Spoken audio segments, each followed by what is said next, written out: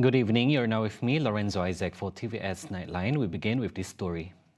Two Sarawakian senators hit back at the federal government over the ownership of the state's vast oil and gas reserves. Senators Susan Chemerai Anding and Robert Lau blasted recent remarks made in Parliament by the Minister in the Prime Minister's Department for Law and Institutional Reform, Datuk Seri Azalina Othman Said, labelling her claims grossly erroneous and fundamentally flawed. In a blistering statement on Facebook, Senator Susan argues that the MA63 clearly safeguards Sarawak's resources. She says the state's ownership is a core right that predates the nation itself, anchored in the 1958 Oil Mining Ordinance. Susan reiterates that post-Malaysia constitutional amendments place oil and gas firmly on the state's list, meaning no federal law can govern these resources without the sanction of Sarawak's own assembly.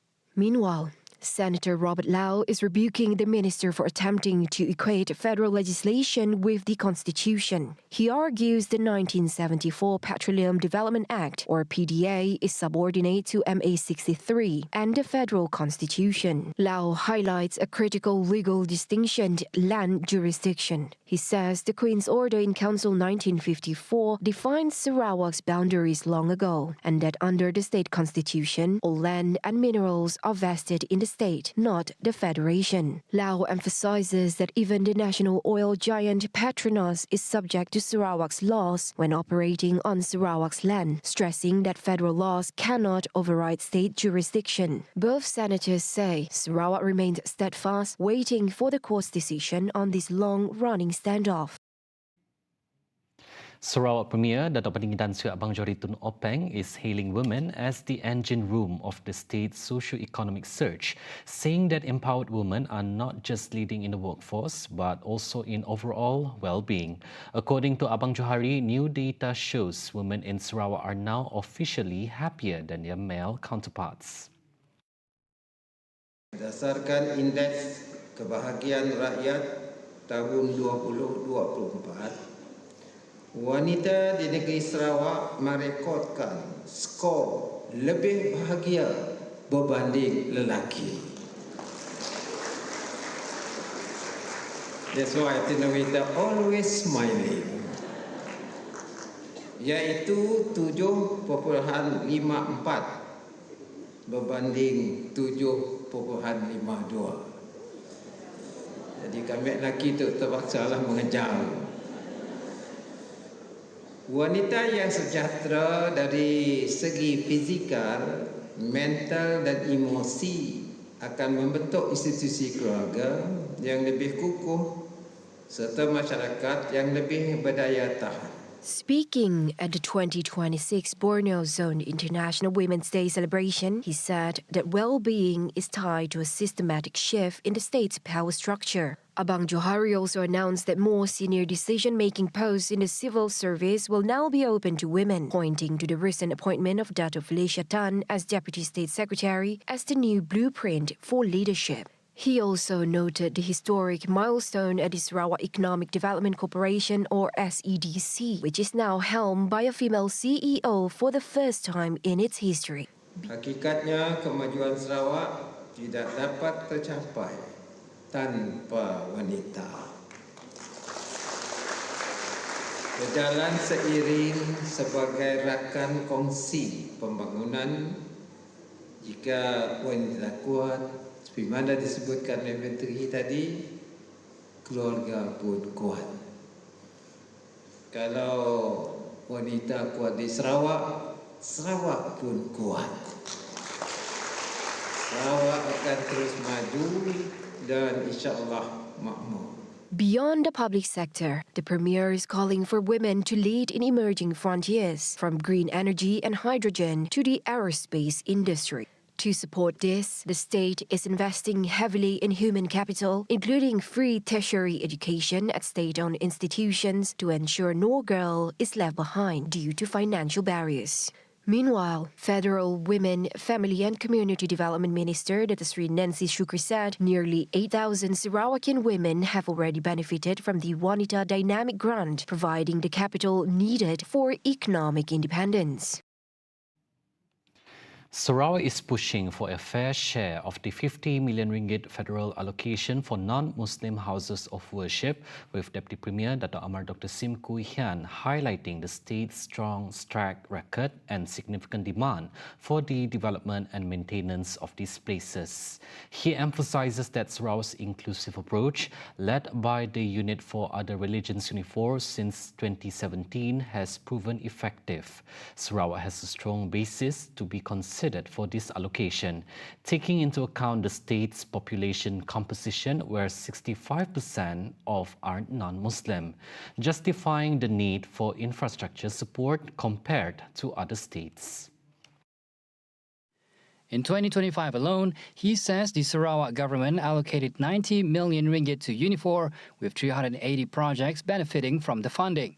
This includes 71 recent projects involving 13.63 million ringgit, covering the construction of new churches and temples and the upgrading of others throughout the state. Since 2017, he says the Sarawak government has distributed 565 million ringgit to support over 3,000 development and upgrading projects for non-Muslim places of worship, further proving Unifor's ability to manage public funds transparently, systematically, and effectively. A 2-year-old toddler died of suspected heat exhaustion after his mother left him in a car for 9 hours. Seremban Police Chief Azahar Abdul Rahim says authorities responded to an emergency call at 6:15 p.m. after a member of the public discovered the toddler unconscious. Preliminary probes found the mother forgot to drop her son at the babysitter at 8 a.m., instead heading straight to work. For the next 9 hours, the child remained trapped inside the sweltering vehicle while the mother was in her office. She discovered the boy unconscious only after returning to the car at 5 p.m. Doctors from Tuanku Jafar Hospital pronounced the toddler dead at the scene as police detained the mother to assist in the investigation. The case is being investigated under the 2001 Child Act for criminal negligence. The child's remains were sent to the Rembau Hospital for post-mortem.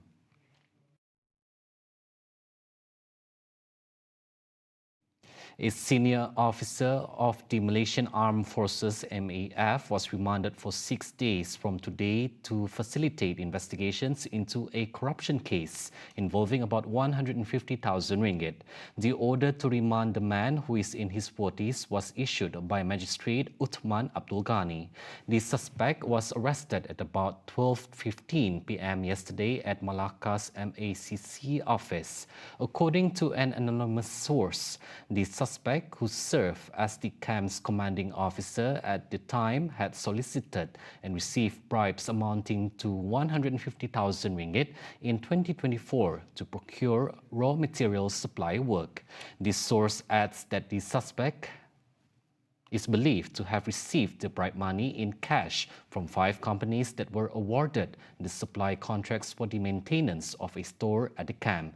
Meanwhile, Malacca MACC Director Dato' Adi Supian Shafi'i, when contacted, confirmed the arrest and said the case is being investigated under Section 16 in bracket A, subsection B of the MACC Act 2009.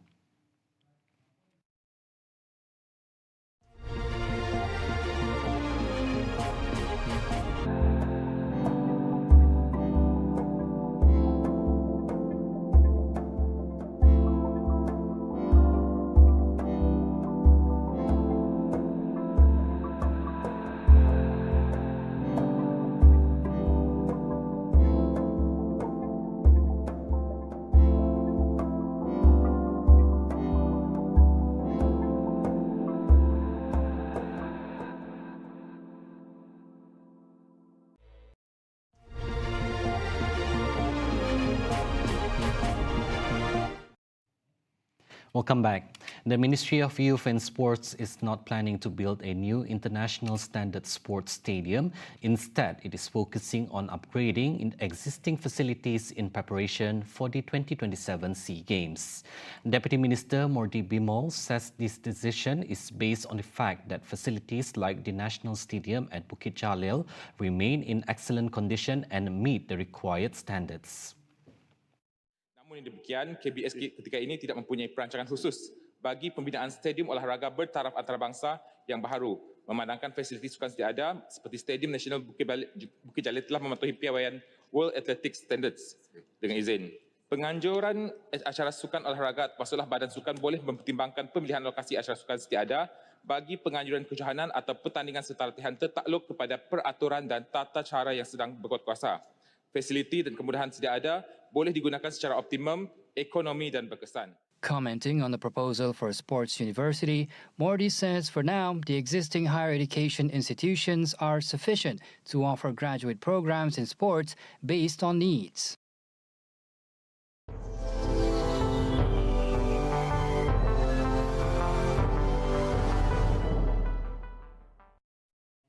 On to world news, Malaysia and Russia are reinforcing long-standing diplomatic ties as His Majesty Sultan Ibrahim meets with President Vladimir Putin during a visit to Russia.